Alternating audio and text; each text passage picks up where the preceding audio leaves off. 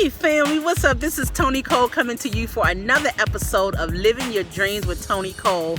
You know what? I have a very busy day, but I saw this park and I was like, let me pull over in this park and shoot a video real quick. I told you all month on the Living Your Dreams show, I was going to talk about the topic, stop hating on you. A lot of times we think our problems come from outside of ourselves, but really the problems come from within, and so therefore the solution is within as well. We were not born to hate ourselves. We have an innate ability to love. We were born to love ourselves. As we know, God is love. God is not just loving, but God is love. And we have that same love within ourselves. But what happens is we're taught to hate ourselves. We're taught to question ourselves. We're taught to be fearful. Have you ever shared a dream with a teacher? Like one day I want to be an astronaut, or one day I want to be president of the United States. The teacher may say something like, well, that's not realistic. You need to go to school and learn how to become a mechanic, or college isn't for you. I'm going to refer you to this trade school. People impose their fears upon us. They shoot down our dreams for whatever reason. I'm not going to get into why they do what they do, but what I want to talk about is, why do we accept that? As children, we're very impressionable, but as adults, some of us are still doing the same things. We're hanging around people who don't mean us no good. We are the sole source of strength in our circles.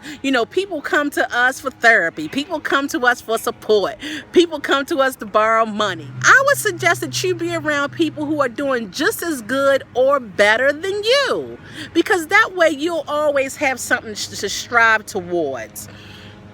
I remember one time I was dating this guy, and he used to always say to me, Toni, you think you better than everybody else, and I forgot, you don't want to go to that restaurant, you too bougie, you don't like that. And so I was always on the defense, like trying to defend myself, like, no, I'm not that way. Why are you saying it's about me? And all of this stuff. And then one day he got on that little rant, and something inside of me said, shut up. Don't defend yourself one more time against this foolishness. What it is, he don't believe that he deserves you.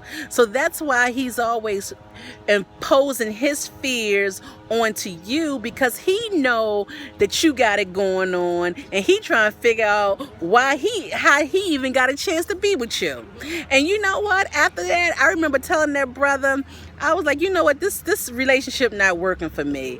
I wasn't mad, I wasn't angry, it wasn't no drama, it wasn't no deleting his phone and blocking him. It wasn't none of that. It's not working for me, and therefore I'm moving on. It's that simple. We only get one life. And so we got to live it to the fullest. We can't be around people who are not supporting what direction we're going in. We don't always have to leave mad. You ain't got to get mad with people just because they ain't supporting you. Sometimes people they can't give it to you because they don't have it.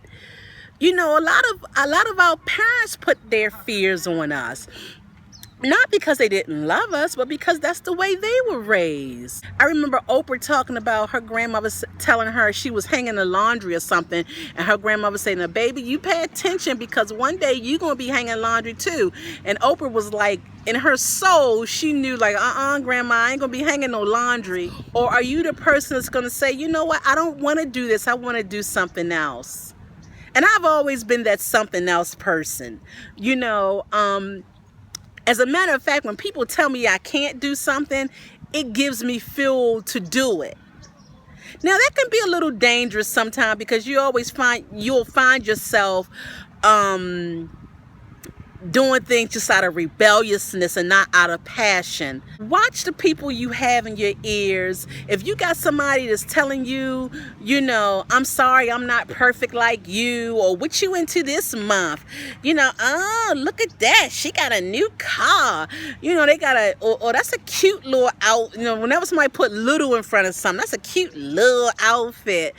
start running from those type of people. Start running from them. Start getting around some people that believe as you believe, that don't put themselves in a box, that know that the sky's the limit. Even if we don't reach the stars, and even if we don't get to where we're trying to go, at least we try. We're taught to hate ourselves, and it's time for us to reject those negative self-images that people try to impose upon us.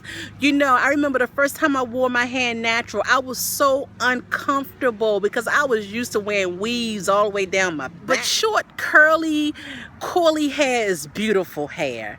Long, curly, down your back hair is beautiful hair. It's not this or it's that. It's all of it. And I say do what you do, but know why you do it and feel comfortable. If you don't feel beautiful without a weave, then there's something wrong with that. I don't know how I got off on the subject of weaves, but at any rate, I love you, family. I love you. I love you. I love you. Have a beautiful day. I'm tripping. I got to go to my next appointment. So I said to the man who stood at the gate, give me a light that I may go out into the darkness and into the unknown. And he replied, go out into the darkness, go out into the unknown, but put your hand in the hands of God, and God shall be for you better than light and much safer than a known way. Until we meet again, family, live your dream.